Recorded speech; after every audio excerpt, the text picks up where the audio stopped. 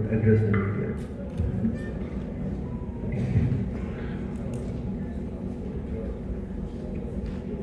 তিনি বলেই দিয়েছে, কিন্তু বাংলায় বাকি অংশটা যারা বাংলা মিডিয়া থেকে এসছেন তাদের জন্য আমি বাকিটা পড়ে দিচ্ছি। গণমাধ্যমের প্রিয় বন্ধুরা, শারদ উৎসবের পরে এই রাজ্যের সবচেয়ে বড় উৎসব আন্তর্জাতিক কলকাতা বইমেলা।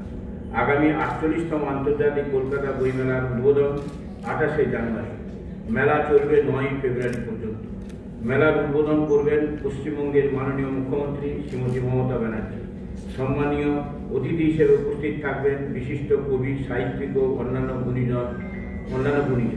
স্থান বইমেলা প্রাঙ্গণ, সল্টলেক। প্রথমেই পশ্চিমবঙ্গের মাননীয় মুখ্যমন্ত্রী শ্রীমতী মমতা ব্যানার্জিকে গভীর কৃতজ্ঞতা জানাতে চাই। বইমেলায় সার্বিক সহযোগিতার জন্য আমরা কৃতজ্ঞ। নগরায়ণ দপ্তরকে, কেএমডিএ এবং তথ্য ও সংস্কৃতি বিভাগ, বিধাননগর পুলিশ, কলকাতা পুলিশ, বিধাননগর পৌর সংস্থা সহ পশ্চিমবঙ্গ সরকারের অন্যান্য দপ্তরের কাছেও। আপনারা জানেন, বর্তমান আন্তর্জাতিক কলকাতা বইমেলা পৃথিবীর বৃহত্তম পাঠক ধন্য বই উৎসব। 2024 সালের বইমেলায় এসেছিলেন 27 লক্ষ বইপ্রেমী মানুষ। বই বিক্রির পরিমাণ দাঁড়িয়েছিল 23 কোটি টাকার মতো। এই অভাবনীয় সাফল্যে আমরা যেমন আনন্দিত, তেমনই কিছুটা চিন্তান্বিত। কারণ আগামী বইমেলায় অংশগ্রহণের জন্য অনেক নতুন প্রকাশক আবেদন করেছেন, অথচ বইমেলা প্রাঙ্গণের পরিসর একই আছে। তাই অত্যন্ত দুঃখের সঙ্গে জানাই, স্টলের সংখ্যা গত বছর থেকে বাড়ানো সম্ভব হচ্ছে না। আমরা চেষ্টা করছি কী করে এবারে বইমেলার প্রাঙ্গণকে অতিথিদের জন্য আরও সুগম করে তোলা যায়। আমরা অত্যন্ত আনন্দিত, আন্তর্জাতিক কলকাতা বইমেলা 48 বছরের ইতিহাসে এই প্রথম ফোকাল থিম কান্ট্রি হিসেবে অংশগ্রহণ করছে সাহিত্য ও সংস্কৃতিতে এই ঐতিহ্যমণ্ডিত দেশ জার্মানি। এই প্রেক্ষাপটে আমরা মনে করাতে চাই, 1976 সালে কলকাতা বইমেলা আয়োজনের প্রথম চিন্তাভাবনা এসেছিল জার্মানির ফ্র্যাঙ্কফুর্ট বইমেলা থেকে। পাবলিশার অ্যান্ড বুকসেলার গিল্ডের প্রতিষ্ঠাতা সদস্যরা নিয়মিত যেতেন ফ্র্যাঙ্কফুর্ট বইমেলায়। পরবর্তীকালে ফ্র্যাঙ্কফুর্ট বইমেলার বহু প্রতিনিধি এসেছেন আন্তর্জাতিক কলকাতা বইমেলায়।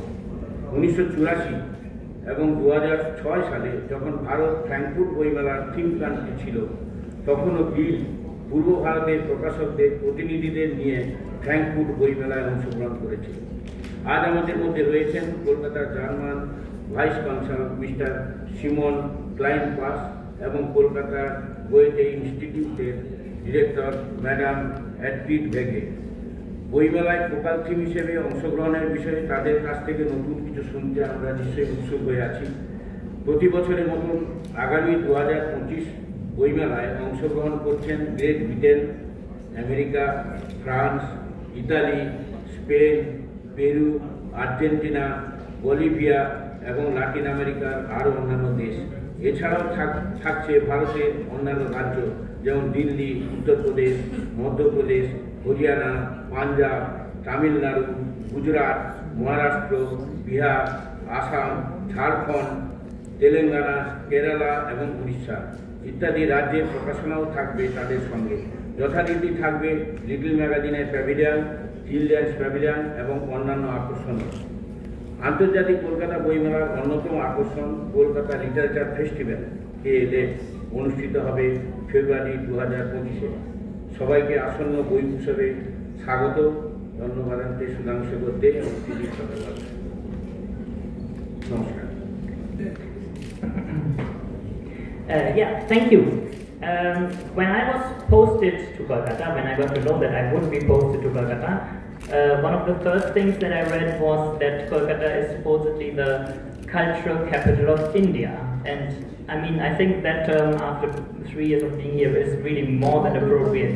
And one prime example of that is the International Kolkata Book Fair, which is the largest book fair in the world in terms of number of visitors. It was mentioned, I think, 27 lakhs, so that would be 2.7 million people attending each year. Just for a sense of scale, that's about 10 times the number which comes to the Frankfurt Book Fair in Germany, which has inspired the event. So I think really what has developed in Kolkata in the past 48 years is very impressive. I'm very grateful to the Publishers and Booksellers Guild that I can be here today to announce that for the first time ever, after 48 years of the inaugural session, Germany will be the focal country this next year. And I want to invite you all. I think you really should come visit the German Pavilion. It will be much, much more than just, a store with some books. We'll have, together with our partners, which Ms. Wiege will introduce a bit later, we have a plethora of events planned. We have, of course, insights into the German literary scene, but really much beyond that, the cultural landscape, music, theater, visual arts, even science and technology. I work for the consulate, right? So I see every day that many Indians are planning to come to Germany, for example, to study. Indian students are the biggest group of foreign students at German universities since last year, or to work, which is now easier than ever since earlier this year the German government introduced a new Skilled Immigration Act, which makes it much easier to get a work visa in many cases.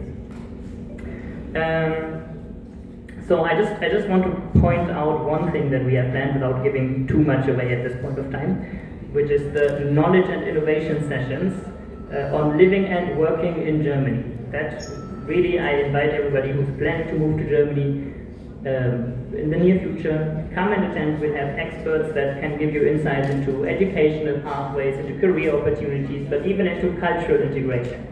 So you really don't want to miss that.